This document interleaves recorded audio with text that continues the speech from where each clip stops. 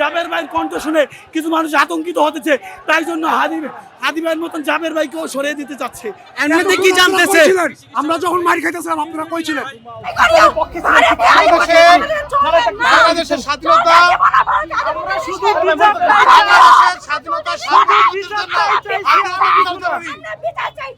শান্তিপূর্ণভাবে একটা সমাবেশ করতেছিলাম, আমাদের কোনো ধরনের ইন্টেনশন ছিল না কোনো ধরনের সমস্যা তৈরি করা।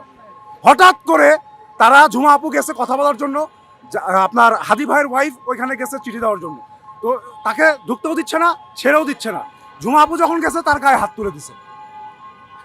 আমরা কোনো ধরনের ঝামেলা করি নাই, ওনারা শুধু শুধু ফায়ার করতেছে এবং কামান নিক্ষেপ করতেছে এবং সবাইকে লাঠিচার্জ করছে, অনেক মা বোনদের গায়ে হাত তুলছে ওনারা, অনেকজনে আহত হয়েছে।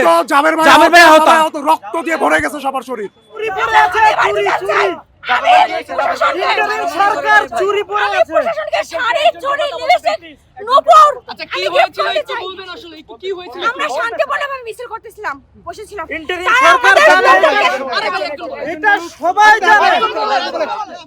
তারা আমাদের লোকজনকে ভিতরে আটকাইছে, জাবের ভাই তাদেরকে 10 মিনিট সময় দিয়েছে, সেখানে তখনও তারা বের করে দেয় নাই।